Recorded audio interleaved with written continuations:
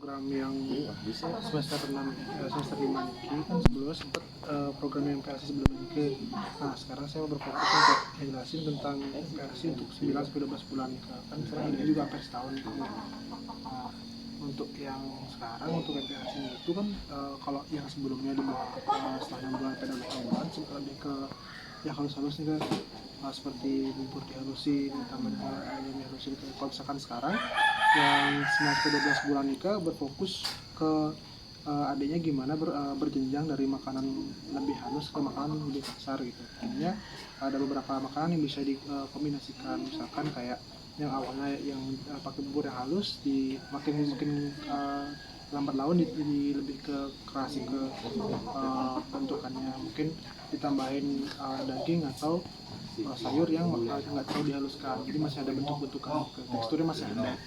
Kenapa? Supaya adiknya itu lebih bisa beradaptasi sebelum nanti di umur tahun 2 tahun itu kan pasti makanan orang dewasa juga makanan gitu ya kan. Jadi seperti mungkin terus 9-12 bulan itu kondisi bubur saring tapi tekstur lembut seperti brokoli, wortel sama ayam, mungkin setengahnya lebih dihalusin, setengahnya itu masih ada teksturnya gitu, masih ada biar ada bisa beradaptasi.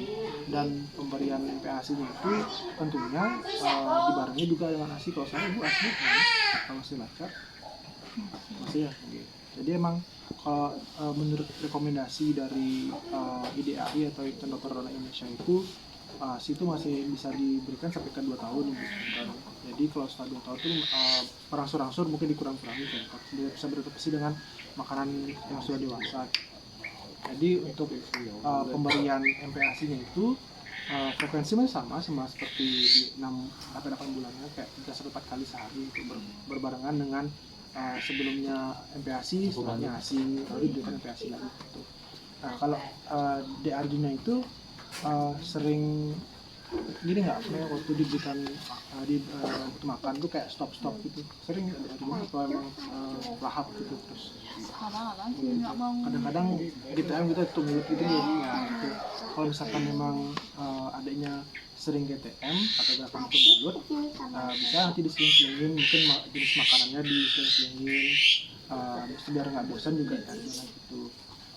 Selain memang dari tekstur makanan, MPASI 9-12 bulan ini juga harus ada finger food. Nah, finger food juga adalah makanan yang bisa digenggam ibu. Jadi bisa terbiasa dia makan bagaimana posisi makan seperti orang dewasa gitu.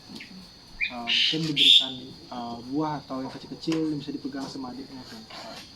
Itu untuk yang finger food. Jadi untuk beberapa makanannya itu ada yang dicincang halus, ada yang dicincang kasar, sama ada finger food atau makanan yang bisa digenggam. Sama kalau misalkan dari nutrisinya, dari anak kecil sampai dewasa pun mirip nutrisinya, mulai dari protein, karbohidrat, sama lemaknya juga memang harus seimbang. Tapi untuk anak-anak kecil diutamakan memang proteinnya agar terhindar dari stunting, dari masalah-masalah gizi lain, kwashiorkor gitu, misalkan gizi buruk, terhindar lah kita agar kandungan proteinnya masih dijaga.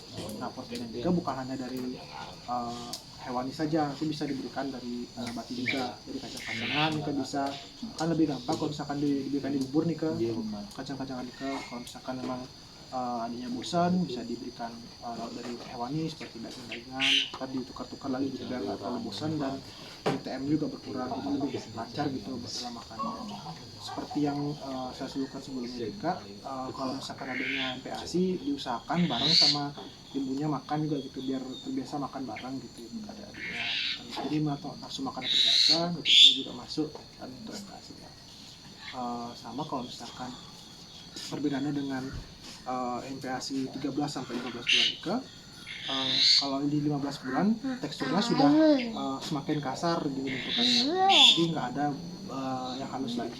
Memang untuk yang 15 bulan itu diproyeksikan untuk yang semakin dewasa gitulah. Untuk jangan lupa juga ya Bu, untuk misalkan tadi kan makronutrien nih ke wasani, protein, karbohidrat, sama lemak. Jangan lupa juga entah vitaminnya nih ke, seperti dari sayur, dari buah nih ke.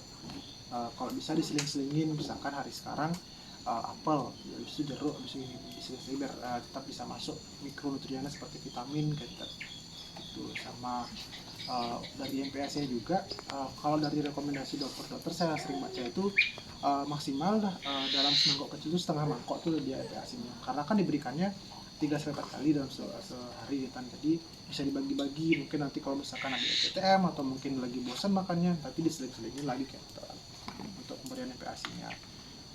Nah habis itu untuk yang terakhir di 24 bulan, kalau di 24 bulan kan ada ya kurang lebih giginya itu sudah bisa mengunyah makanan dengan lancar gitu untuk di 2 tahunnya. Makanya dari 16 sampai 24 bulan itu makanannya itu agar lebih bagus dibentuknya lebih keras gitu. Jadi nanti dipersiapkan juga, nanti kalau misalkan di 13 sampai 15 bulan sudah makanan jadi sapa, nanti di bulan selanjutnya atau tahun selanjutnya ditingkatkan lagi gitu.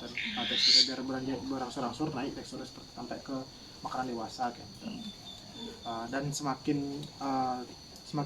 bertambah umur juga, nutrisi itu juga bertambah Ibu, dengan jumlah proteinnya, karbohidratnya, kan itu harus ditambah.